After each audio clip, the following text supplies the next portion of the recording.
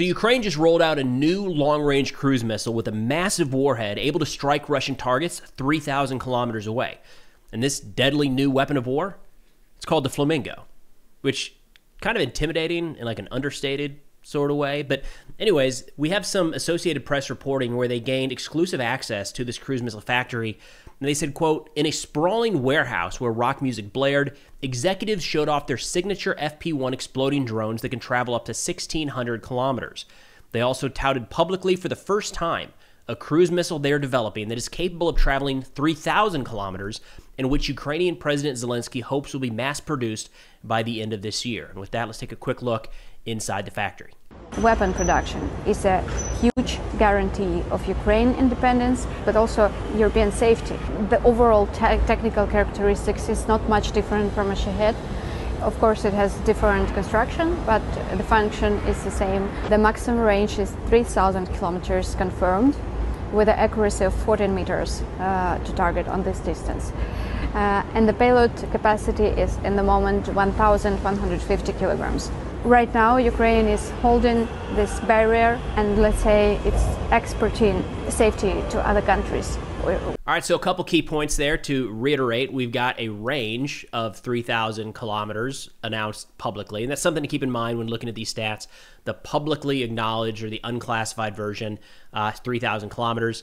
In terms of accuracy, they say within 45 feet of the target, and then it can carry a warhead up to 1,150 kilograms or 2,535 pounds.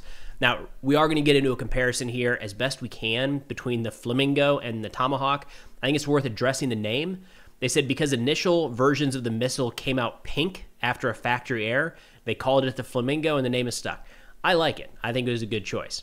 Now, this is not a one-to-one comparison, not by a long shot. We'll get into some of the differences, but I think it's at least worth putting it side by side with the U.S. Tomahawk to give us some ideas of what exactly it is we're looking at.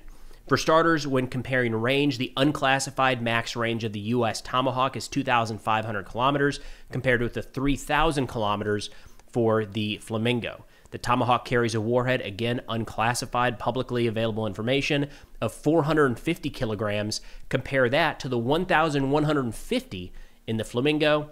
We know the top unclassified speed of the Tomahawk is 570 miles an hour. We don't have a speed for the Flamingo.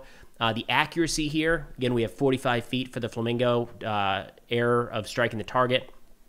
Don't have a set number for that with the Tomahawk, but based off how it's operated in recent conflicts, I would say it's safe to assume the Tomahawk is more accurate than that. Now, a couple keynotes here. They say the organization Firepoint is producing one Flamingo per day right now, one of these massive cruise missiles per day, and by October, so in just a month and a half, they hope to build capacity to make 7 per day. Imagine 7 of these massive munitions rolling off the factory line every single day. Now, if we go back to the beginning of this conflict, I would have said that these very large cruise missiles maybe wouldn't be as effective as people had originally thought. If you look at the Russian air defense network, by and large, they've been stood up to detect and intercept big munitions, missiles, aircraft, fixed-wing aircraft, large drones, things like that. One of the reasons that Ukraine has had success, especially with their FP-1 drone that we'll show more of here in a minute, is these are small, and they're able to kind of sneak through Russian air defense networks without being detected or not having a big radar for the actual, or not a big signature for the Russian radars to pick up. Russia has been, between the S-300, S-400, the Pantsir, all of these are going to be able to pick up a large cruise missile, likely more easily than these small drones. That said, Ukraine has now spent 3 years kind of mapping out Russian air defense networks, identifying the gaps in that coverage, and I would assume that at this point they have some high priority targets that they are saving for this Flamingo. And we should expect, just based off of the PR side of this war, that the first time we see this utilized is going to be against what Ukraine deems a soft target with not as much air defense assets available as maybe Russia would have liked. So we can see the direct impact of what this is going to do to the war effort. We should also note that over time, Russia's air defense network has been degraded. I mean, they continue to build radars, they continue to build interceptors, things like that, but there's no question that there's less today. There's less coverage today than there was at the beginning of the war in 2022. Some other interesting aspects here is in the article, they say Ukraine's government is now purchasing $10 billion worth of weapons annually from domestic manufacturers. And I think this goes to the whole idea that if the United States backs out and we're never going to sell Ukraine weapons ever again, like, yes, that would be challenging for Ukraine to continue the war effort as it is today, but that is not going to stop them from fighting. And it's not even going to stop them from producing high-end equipment. Again, we've got this 3,000-kilometer range cruise missile with a massive warhead being produced domestically inside of Ukraine. They say the industry has the capacity to sell triple that amount, officials say, and they believe sales to European allies could help it reach such potential in a matter of years. One of the architects, the young lady that was interviewed there a moment ago, said in 2023 she was given a goal of producing 30 drones per month. Now they make 100 per day at a cost of $55,000 apiece, and she's talking specifically about these FP1s here, which she says they removed unneeded flashy glittery stuff, noting, or the Associated Press noticed, that it looks more like a hastily made science project than something that would roll off the production line of the world's biggest defense contractors. But these FP1s have been very effective. It has a payload of around 132 pounds or 60 kilograms. You know, it has a range out to 1,600 kilometers. And according to the Associated Press, is responsible for 60% of strikes deep inside Russian territory, including a lot of those we've seen recently on Russian weapons depots and oil refineries. So this is a big step for Ukraine to be domestically manufacturing not just a cruise missile, but a big one. I mean, when that hits something, that's going to be all over the news when that thing eventually goes boom. And imagine 7 a day being churned out. That's significant. Interestingly, shortly after, there's kind of a series of events today that play into each other. So we have that news coming out today, and it's been known for a couple days now about the Flamingo, but a big report today announcing that. Then President Trump this morning said, quote, "It is very hard, if not impossible, to win a war without attacking an invader's country. It's like a great team in sports that has a fantastic defense, but is not allowed to play offense. There's no chance of winning. It is like that with Ukraine and Russia. Crooked and grossly incompetent Joe Biden would not let Ukraine fight back, only defend. How did that work out? Regardless, this is a war that never would have happened if I were president. Zero chance. Interesting times ahead." So a couple of key components there. There's been a lot of restrictions placed by not just the United States, but all of Ukraine's Western allies on their use of equipment. And you can go so far as to say the restriction is on the type of equipment that we've sent, because we have not sent everything. And Ukraine has long asked for a lot of things that we haven't sent in terms of capability or quantity. So there has been a degree of us holding back. And we have seen a lot of pushback on Ukraine utilizing Western munitions to strike inside of Russian territory. That has opened up a little bit at times, but one of the reasons that Ukraine is developing their own in-house systems is because of that restriction that we've placed on them. Some people are viewing this Trump statement as he might take the reins off and allow Ukraine to strike whatever they want, however they want, using any munition they want. Maybe. We'll see. Now, another thing this kind of played into was overnight, Russia carried out a significant attack against Ukraine. I believe this is the largest aerial attack so far in this war, with 574 Shahed-style drones and 40 missiles. So 614 total munitions being fired into Ukraine. And one of the things that they targeted and struck was an American-owned factory in the western portion of the country. Again, does that play into President Trump's statements a few moments ago, getting a little bit frustrated, kind of suggesting maybe Ukraine should be striking back inside of Russia? Or is that tied to the Flamingo announcement or the overall negotiations?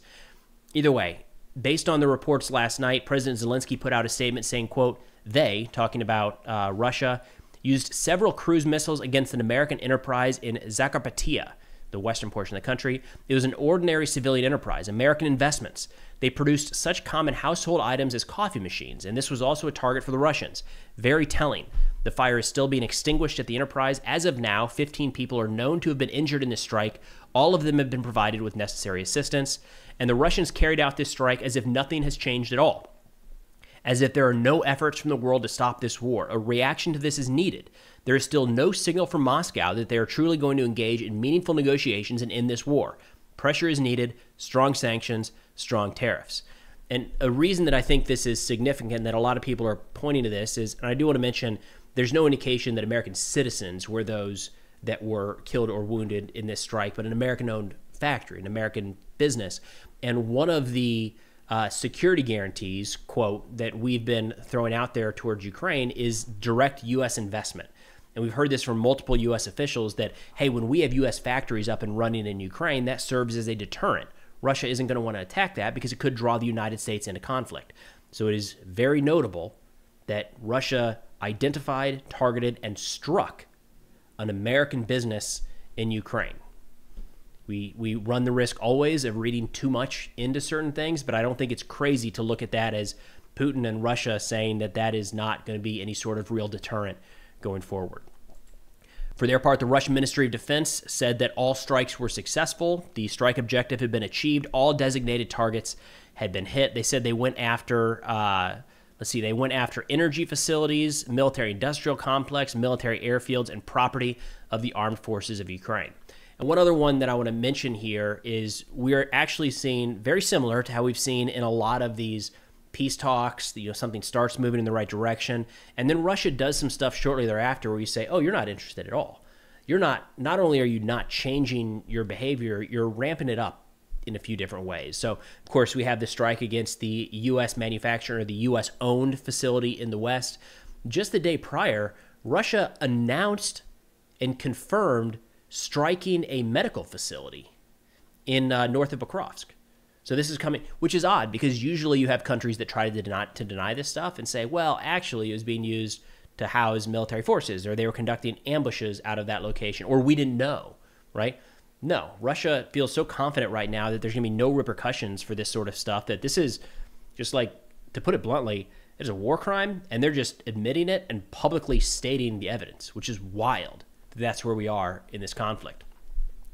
Paratrooper Diaries put out a note saying, quote, in Dobropelia, the area just north of Pokrovsk, he says the Russian armed forces destroyed a former medical facility used by the Ukrainian armed forces to house personnel and provide primary medical care to wounded servicemen from the front line.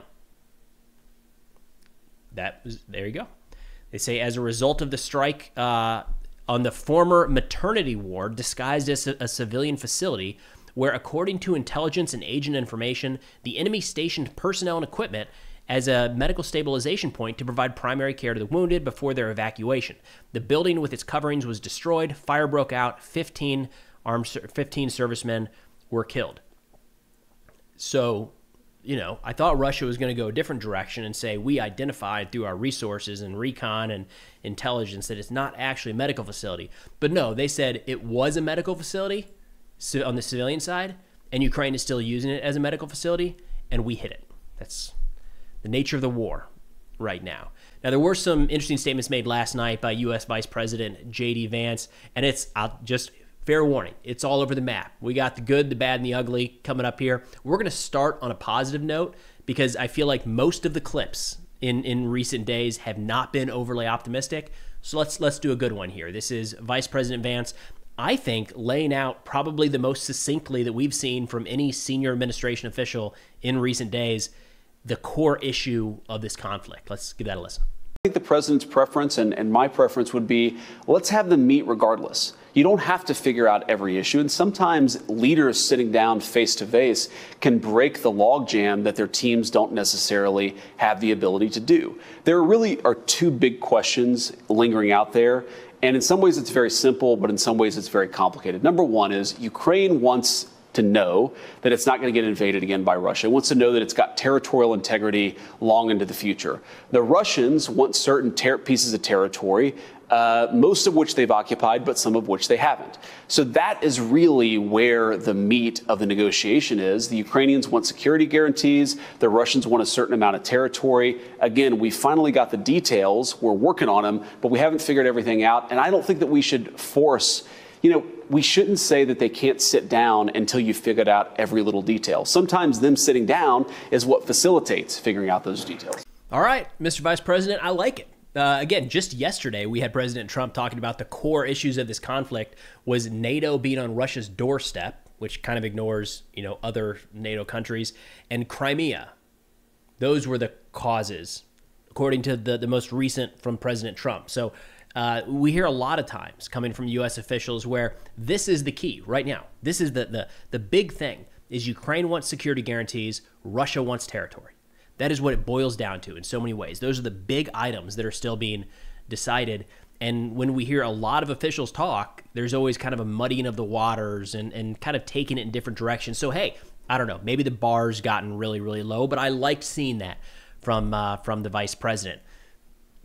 Now, if you want to end the video on a good note, I gotcha. Now's the time to check out. Appreciate y'all being here. We're gonna start to slip a little bit now. We got 2 more clips from the vice president here. First off, talking about how Europe really needs to step up in this war, which isn't really anything new, but I think he mentioned something in here that maybe, we actually are putting ourselves at a disadvantage unintentionally. Let's give that a quick watch. Well, I don't think we should carry the burden here. I think that we should be helpful if it's necessary to stop the war and to stop the killing. But I think that we should expect, and the president certainly expects, Europe to play the leading role here. And what he said very clearly is, look, the United States is open to having the conversation, but we're not going to make commitments until we figure out what's going to be necessary to stop the war in the first place. And I think that it's, the president is very good. He never takes anything off the table. He never puts anything fully on the table because he doesn't want to give away his leverage. And this is the private conversation that we're all going to have about what's necessary to stop the war. But no matter what happens, no matter what form this takes, the Europeans are going to have to take the lion's share of the burden. It's their continent, it's their security, and the president's been very clear they're going to have to step up here. So there's really nothing new in talking about Europe needs to take the lead, they need to take the lion's share of the burden, and I don't have any issue with that at all. Vice President makes a lot of good points there, and it shouldn't be shocking for anybody following this conflict. I think that can be very beneficial in a lot of ways. What I don't like, and I think has actually hurt us over the course of not just this administration, but the last one as well, is when he said we're not going to make any commitments until we know what's needed, or President Trump, is taking nothing off the table. I think that is being interpreted the wrong way. It is being interpreted to our detriment. So I think at times we view that as everything is on the table, as in like we might come over the top and carry out military strikes of our own, but it goes the other way too. And I don't know that we've done a good job easing the concerns of our European allies that we will be there if they are attacked, that we've got their back, that we are close allies, and that we are closer with them and their vision of Europe than the Russian vision of Europe. So I think that kind of non-committal, in this sense being viewed as like it's a good thing, it's keeping Putin on his toes, I think it has been negative in terms of bringing this war to a close, because it probably leaves a lot of our allies wondering, is the United States actually going to be there when we need them? Personal opinion, but this last one here, last chance. If you're having a good day, now's the time to hop on out, because we got the vice president saying, that Putin guy, overall not so bad, kind of soft-spoken. Here we go. Did that meeting. I've talked to him on the phone a number of times. It's interesting. He's more soft-spoken than you would necessarily expect. The American media has a particular image of him. He's soft-spoken in a certain way. He's very deliberate. He's very careful. And I think fundamentally he's a person who looks out for the interests, as he sees it, of Russia. And I think one of the reasons he respects the President of the United States is because he knows the President looks out for the interests of the American people. I mean, it's not just the American media that views Putin in that. We got a long track record of this guy, what he does and what he cares about and what he doesn't care about. Hard pressed at this point to say that like Putin, in his heart of hearts, that puts the Russian people first and foremost. I don't even think most people in Russia would say that, which is interesting. Certainly not the opposition, but of course it's hard to find those because they end up getting jailed, poisoned, killed, all that stuff. All of Europe doesn't much care for this compassionate, soft-spoken Putin. Certainly all of Eastern Europe and multiple other countries around the world. The interesting thing here is Vance didn't have to go that direction, right? There's so many other ways he could have gone. You can just be totally neutral about it, or if you feel like you got to throw a bone to Putin and the Russians, you could say, hey, hard-nosed negotiator. The man's smart. He's very calculated. A lot of different ways you can go, but I don't know. The soft-spoken gentle giant is, I guess word. It's not soft-spoken, by the way? The guys in Azov International Battalion. They're kicking in doors left and right. They just helped clear out the pockets north of Cross. We're running a fundraiser for those guys right now to pick up thermals, night vision devices, comms equipment, drones, and quite a bit more. We are at 68,000 out of 100,000. This is an insane progress that we're making on this thing because you all are awesome. We're starting to get some videos from those guys thanking us. You know what? Let's play that real quick. This is Knight, Azov International Battalion, thanking you all for your contributions so far. Hey guys, Knight here from 3rd Battalion, Azov International. We wanted to say thank you so much for your generous donations and messages of support. It means so much to us and will make a massive difference to all of us in the field. Thanks to Zega's Paw, this fundraiser will be purchasing over 150 individual items, a list we spent weeks refining to ensure that every cent donated makes the biggest possible difference. This includes advanced NVGs, thermals, weapon attachments and optics, Starlinks, Mavics, power supplies, generators and batteries. It's a huge comprehensive list that will really help us in our fight. All right, so we'll wrap with that. So we'll go ahead and wrap with that. If interested, enable fundraiser linked in the description below. But that's all we got for now. Thanks for watching, and I'll see y'all next time.